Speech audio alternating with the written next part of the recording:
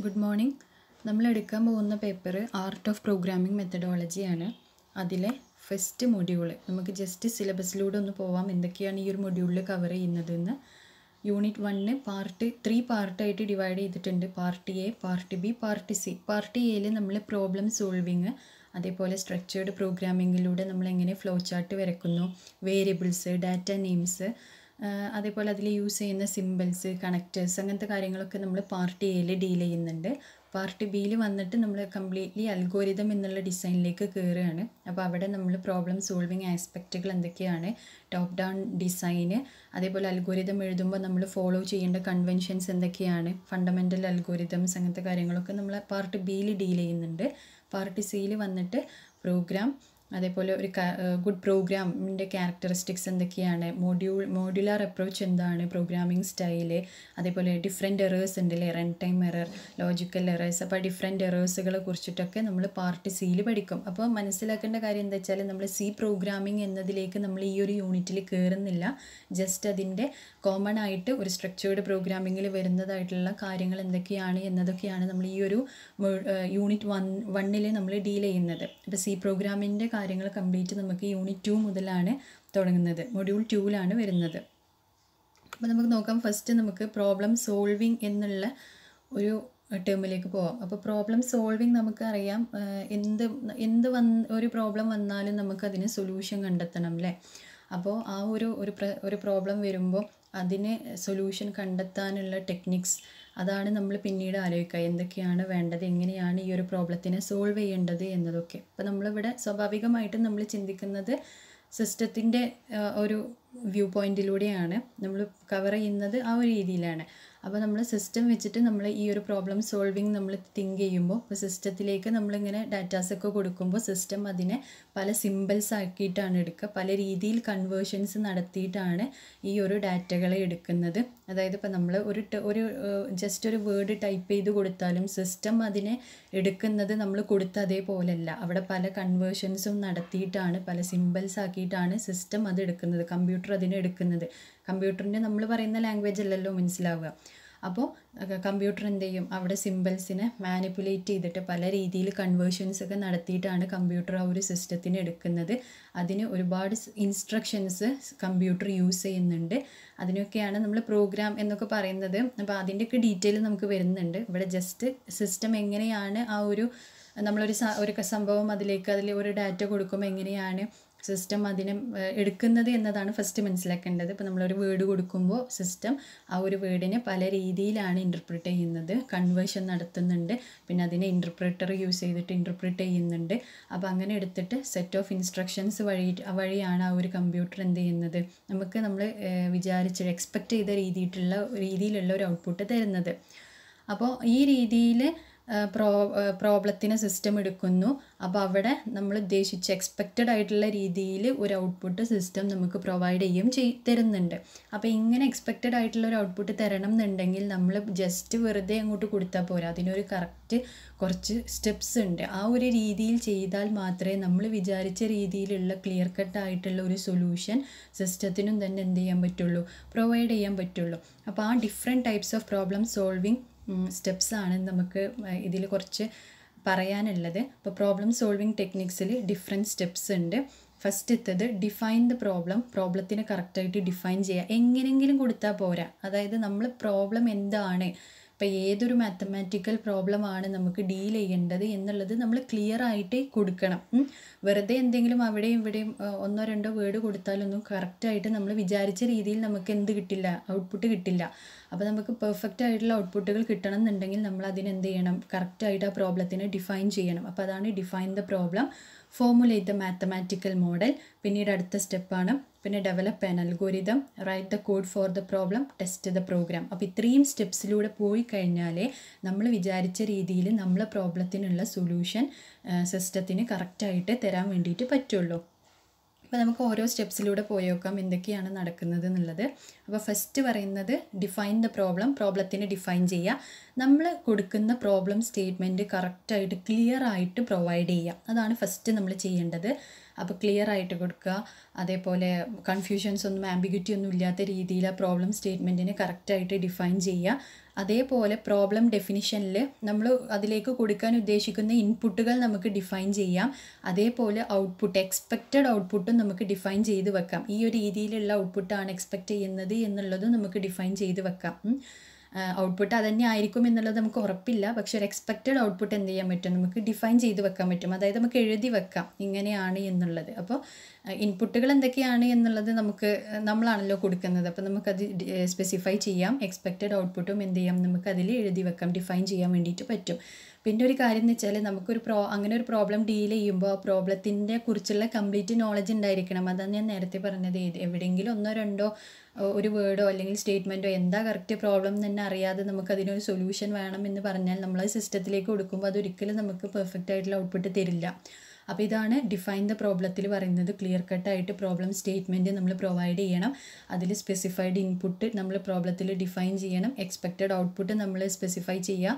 അതേപോലെ ആ പ്രോബ്ലത്തിനെ കുറിച്ചുള്ള കംപ്ലീറ്റ് നോളജും നമ്മൾ അറിഞ്ഞിരിക്കുക. അപ്പോൾ അതിൻ്റെ ഒരു എക്സാമ്പിളാണ്, ഇപ്പോൾ നമുക്ക് 2 നമ്പേഴ്സിൻ്റെ ഒരു ആവറേജ് അറിയണം എന്നുണ്ടെങ്കിൽ അത് കറക്റ്റായിട്ട് എഴുതി വെക്കാൻ കഴിയണം. To find the average of 2 numbers.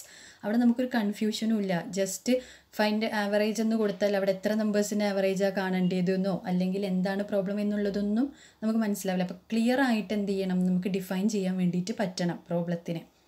രണ്ടാമത്തെ സ്റ്റെപ്പ് എന്ന് പറയുന്നത് ഫോർമുലേറ്റ് മാത്തമാറ്റിക്കൽ പ്രോബ്ലം. അതായത് ഇപ്പോൾ നമ്മൾ എഴുതി വെച്ചിട്ടുള്ള പ്രോബ്ലത്തിനെ നമ്മൾ മാത്തമാറ്റിക്കൽ രീതിയിലേക്ക് നമുക്ക് അതായത് ക്രിയേറ്റ് ചെയ്തെടുക്കാൻ വേണ്ടിയിട്ട് പറ്റുക എന്നുള്ളതാണ്. അപ്പോൾ എന്തെങ്കിലും നമ്മൾ ഇതേപോലത്തെ ടെക്നിക്കൽ പ്രോബ്ലംസൊക്കെ കൊടുക്കുമ്പോൾ അതിനെ നമുക്ക് മാത്തമാറ്റിക്കലി സോൾവ് ചെയ്യലാണ് നമ്മൾ അടുത്ത സ്റ്റെപ്പ്. മാത്തമാറ്റിക്കൽ പ്രോബ്ലം ഫോർമുലേറ്റ് ചെയ്യുക എന്നുള്ളതുകൊണ്ട് ഉദ്ദേശിക്കുന്നത്. അപ്പോൾ അവിടെ എന്ത് ചെയ്യണം, ഒരു മാത്തമാറ്റിക്കൽ കൺസെപ്റ്റിലേക്ക് നമ്മൾ പ്രോബ്ലത്തിനെ ചേഞ്ച് ചെയ്യാണ് രണ്ടാമത്തെ സ്റ്റെപ്പിൽ ചെയ്യുന്നത്. അപ്പോൾ അവിടെ എന്ത് ചെയ്യുന്നു, അതിൻ്റെ എക്സാമ്പിളാണ് ഇപ്പോൾ നമ്മൾ നേരത്തെ പറഞ്ഞു to find the average of 2 numbers. 2 നമ്പേഴ്സിൻ്റെ ആവറേജ് കാണാനാണ് നമ്മൾ പ്രോബ്ലം എന്ന് പറഞ്ഞു. അപ്പോൾ അതിനെ നമ്മൾ മാത്തമാറ്റിക്കൽ പ്രോബ്ലത്തിലേക്ക് പ്രോബ്ലം സോൾവിങ് ടെക്നിക്കിലൂടെ ചേഞ്ച് ചെയ്യുമ്പോൾ അതെങ്ങനെ വരും, data 1 + data 2 divided by 2. 2 numbers അതിൻ്റെ ആവറേജ് എന്ന് പറഞ്ഞാൽ ഡിവൈഡഡ് ബൈ 2 ചെയ്താൽ അതിൻ്റെ ആവറേജ് കിട്ടും. അപ്പോൾ അതിനൊരു മാത്തമാറ്റിക്കൽ പ്രോബ്ലം ഫോർമുലേറ്റ് ചെയ്യാണ് ചെയ്തത് രണ്ടാമത്തെ സ്റ്റെപ്പിൽ. മൂന്നാമത്തെ സ്റ്റെപ്പ് എന്ന് പറയുന്നത് അൽഗോരിതം ഡെവലപ്പ് ചെയ്യണം. അപ്പോൾ അൽഗോരിതത്തിലാണ് നമ്മൾ എന്തെല്ലാം ഓപ്പറേഷൻസ് ആണ് പെർഫോം ചെയ്യേണ്ടത് എന്നതൊക്കെ നമ്മൾ പറയുന്നത്. അപ്പോൾ അൽഗോരിതം എന്ന് പറയുന്നത് സീക്വൻസ് ഓഫ് ഓപ്പറേഷൻസ് ആണ്. ഈ ഒരു പ്രോബ്ലത്തിൽ എന്തെല്ലാം സീക്വൻസ് ഓഫ് ഓപ്പറേഷൻസ് ആണ് പെർഫോം ചെയ്യേണ്ടത് എന്നതാണ് അൽഗോരിതത്തിൽ ഡിഫൈൻ ചെയ്യുന്നത്. അപ്പോൾ അതിന് നമുക്ക് നമ്മളെ പ്രോബ്ലത്തിന് വേണ്ടിയിട്ടുള്ള ഒരു കറക്റ്റായിട്ടുള്ള ഒരു പ്ലാൻ തന്നെ കിട്ടും അൽഗോരിതത്തിലൂടെ. അതായത് സ്റ്റെപ്പ് ബൈ സ്റ്റെപ്പ് എക്സിക്യൂഷനാണ് നടക്കുന്നത്. ഇന്ന സ്ഥലത്ത് തുടങ്ങുന്നു, ഇത്രയും ഓപ്പറേഷൻസ് ചെയ്യുന്നു, ഇന്ന സ്ഥലത്ത് അത് എൻഡ് ചെയ്യുന്നു. അപ്പോൾ ഒരു കറക്റ്റ് പ്ലാനാണ് നമുക്ക് കിട്ടുന്നത് നമ്മളെ പ്രോബ്ലത്തിനുള്ള. അപ്പോൾ അൽഗോരിതം നമുക്ക് ഡിഫൈൻ ചെയ്യുന്നത് ഇങ്ങനെ സ്റ്റെപ്പ് ബൈ സ്റ്റെപ്പ് സ്യൂഡോ കോഡായിട്ട് എഴുതുകയും ചെയ്യാം, അല്ലെങ്കിൽ നമുക്ക് ഫ്ലോ ചാർട്ട് യൂസ് ചെയ്തിട്ട് വരയ്ക്കുകയും ചെയ്യാം. അപ്പോൾ ഫ്ലോ ചാർട്ട് അതേപോലെ സ്യൂഡോ കോഡിനെ കുറിച്ചൊക്കെ ഡീറ്റെയിൽ ആയിട്ട് വരുന്നുണ്ട്. ഇവിടെ ഇതൊക്കെ ജസ്റ്റ് ടേം സ്പെസിഫൈ ചെയ്യുന്നുള്ളൂ കേട്ടോ. അപ്പോൾ നമ്മൾ പിക്ചോറിക്കലി എന്ത് ചെയ്യാണ്, റെപ്രസെൻറ്റ് ചെയ്യാണ് നമ്മളെ പ്രോബ്ലത്തിന് എന്നുണ്ടെങ്കിൽ അതിന് ഫ്ലോ ചാർട്ട് എന്ന് പറയും. നമ്മൾ സ്റ്റെപ്പ് ബൈ സ്റ്റെപ്പ് പ്രോഗ്രാംസ്, അതായത് ഇങ്ങനെ step by step line by line ആയിട്ട് നമ്മൾ ആ ഒരു പ്രോബ്ലത്തിനെ ഡിഫൈൻ ചെയ്യുകയാണെങ്കിൽ അതിന് സ്യൂഡോ കോഡ് എന്ന് പറയും. അപ്പോൾ ഈ രീതിയിലാണ് എന്ത് ചെയ്യുക, നമ്മളൊരു അൽഗോരിതം ഡെവലപ്പ് ചെയ്യുന്നത്. അപ്പോൾ ഫസ്റ്റ് പ്രോബ്ലത്തിനെ ഡിഫൈൻ ചെയ്തു, രണ്ടാമത് നമ്മൾ അതിന് മാത്തമാറ്റിക്കൽ ഫോർമുലേഷൻ ക്രിയേറ്റ് ചെയ്തു, മൂന്നാമത് ഒരു അൽഗോരിതം ഡെവലപ്പ് ചെയ്തു. നാലാമത്തെ സ്റ്റെപ്പ് എന്താ, right the code for the problem. ആ പ്രോബ്ലത്തിന് വേണ്ടിയിട്ടുള്ള കോഡ് എഴുതുക. അപ്പോൾ അൽഗോരിതം ഡെവലപ്പ് ചെയ്തതിനെ തീർച്ചയായിട്ടും പിന്നീട് നമ്മൾ എന്ത് ചെയ്ത് മാറ്റണം, ഒരു പ്രോഗ്രാമിംഗ് ലാംഗ്വേജ് ആക്കിയിട്ട് മാറ്റണം. ആ പ്രോഗ്രാമിംഗ് ലാംഗ്വേജിലൂടെയാണ് നമ്മളത് സിസ്റ്റത്തിലേക്ക് കൊടുക്കുന്നതും സിസ്റ്റം അത് കമ്പൈലർ വഴി അതിന് കൺവേർഷൻ ഒക്കെ നടത്തിയിട്ട് എന്താണ് പ്രോബ്ലം എന്നുള്ളത് മനസ്സിലാക്കി എടുക്കുന്നതൊക്കെ. അവിടെയാണ് കൺവേർഷൻസ് ഒക്കെ വരുന്നത്. അപ്പോൾ അൽഗോരിതത്തിനെ നമ്മൾ എന്താക്കി മാറ്റും, ഒരു പ്രോഗ്രാം, ഏതെങ്കിലും ഒരു പ്രോഗ്രാമിംഗ് ലാംഗ്വേജ് യൂസ് ചെയ്തിട്ട് നമ്മൾ പ്രോബ്ലത്തിനെ നമ്മൾ കൺവേർട്ട് ചെയ്യുന്നു. സിസ്റ്റം അത് കമ്പൈലർ യൂസ് ചെയ്തിട്ട് എന്തൊക്കെയാണ് തന്നിട്ടുള്ളത് എന്നുള്ളത് കമ്പൈൽ ചെയ്യുന്നു, ഇൻ്റർപ്രിട്ടേഷൻസ് ഒക്കെ നടക്കുന്നു, എന്നിട്ട് സിസ്റ്റം അതിനെക്കുറിച്ച് മനസ്സിലാക്കുകയാണ് ചെയ്യുന്നത്. ഒരു മെഷീൻ ലാംഗ്വേജ് ആക്കി മാറ്റിയിട്ട് മനസ്സിലാക്കുക. അതായത് മെഷീൻ ലാംഗ്വേജ് മനസ്സിലാവുള്ളൂ, നമ്മൾ കൊടുക്കുന്ന ലാംഗ്വേജ് അല്ല മനസ്സിലാവുക. അപ്പോൾ ആ ഒരു രീതിയിലേക്ക് അതിനെ കൺവേർട്ട് ചെയ്തിട്ട് മെഷീൻ ലാംഗ്വേജ് ആക്കി മാറ്റിയിട്ട് കമ്പ്യൂട്ടർ ആ ഒരു പ്രോബ്ലത്തിനെ കുറിച്ച് മനസ്സിലാക്കുകയാണ് 4ാമത്തെ സ്റ്റെപ്പിൽ ചെയ്യുന്നത്. ലാസ്റ്റ് വന്നിട്ട് നമ്മൾ പ്രോഗ്രാമിനെ ടെസ്റ്റ് ചെയ്യുകയാണ്. സ്വാഭാവികമായിട്ട് നമ്മൾ ചെയ്യാറില്ലേ, നമ്മളൊരു പ്രോഗ്രാം കൊടുത്തിട്ട് നമ്മളതിനെ എന്തൊക്കെയാണ് നടക്കുന്നത് എന്നുള്ളത്.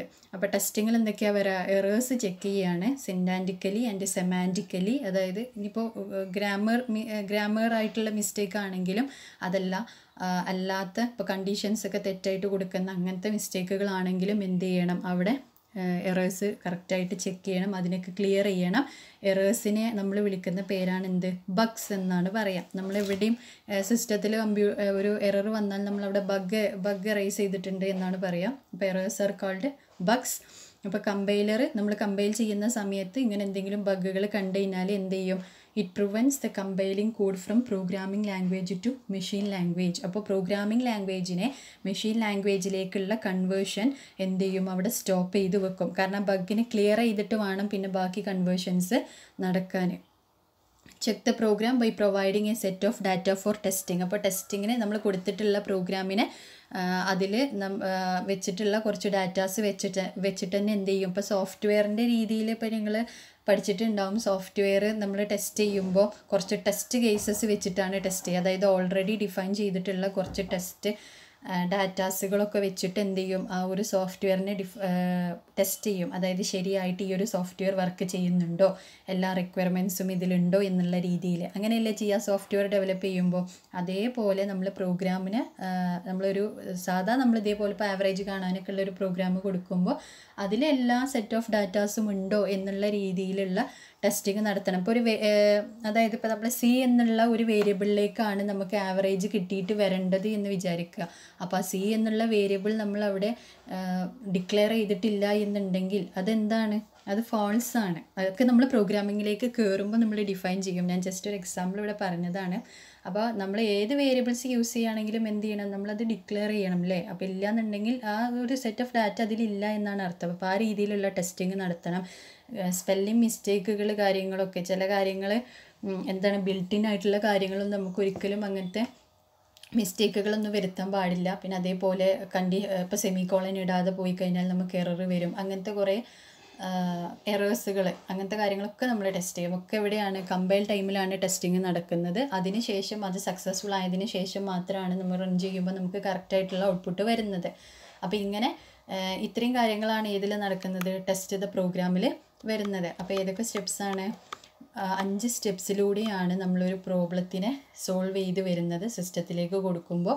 ആദ്യം നമ്മൾ പ്രോബ്ലത്തിനെ കറക്റ്റായിട്ട് ഡിഫൈൻ ചെയ്യണം. രണ്ടാമത്തേത് അതിനെ മാത്തമാറ്റിക്കൽ മോഡലായിട്ട് ഫോർമുലേറ്റ് ചെയ്യണം. മൂന്നാമത് നമ്മൾ അൽഗോരിതം ഡെവലപ്പ് ചെയ്യണം. നാലാമത് ആ അൽഗോരിതത്തിലൂടെ നമുക്കൊരു പ്രോഗ്രാമിംഗ് ലാംഗ്വേജ് യൂസ് ചെയ്തിട്ട് ഒരു കോഡ് എഴുതാൻ വേണ്ടിയിട്ട് പറ്റണം. നാലാമത് ആ പ്രോഗ്രാമിനെ എന്ത് ചെയ്യുന്നു, ടെസ്റ്റ് ചെയ്യുന്നു. അപ്പോൾ ഇത്രയും സ്റ്റെപ്സിലൂടെ കഴിഞ്ഞു പോയാൽ എല്ലാതും സക്സസ്ഫുൾ ആയി കഴിഞ്ഞാൽ നമുക്ക് നമ്മൾ പ്രൊവൈഡ് ചെയ്തിട്ടുള്ള പ്രോബ്ലത്തിന് കറക്റ്റായിട്ടുള്ള ഒരു സൊല്യൂഷൻ സിസ്റ്റത്തിലൂടെ ഔട്ട്പുട്ടായിട്ട് കിട്ടും. അതൊരു നമ്മൾ എക്സ്പെക്റ്റ് ചെയ്ത ഔട്ട്പുട്ട് തന്നെയായിരിക്കും. ഈ ഒരു രീതിയിലാണ് നമ്മൾ പ്രോബ്ലം പ്രൊവൈഡ് ചെയ്യുന്നത് എങ്കിൽ നമുക്ക് സിസ്റ്റം തരുന്നത്.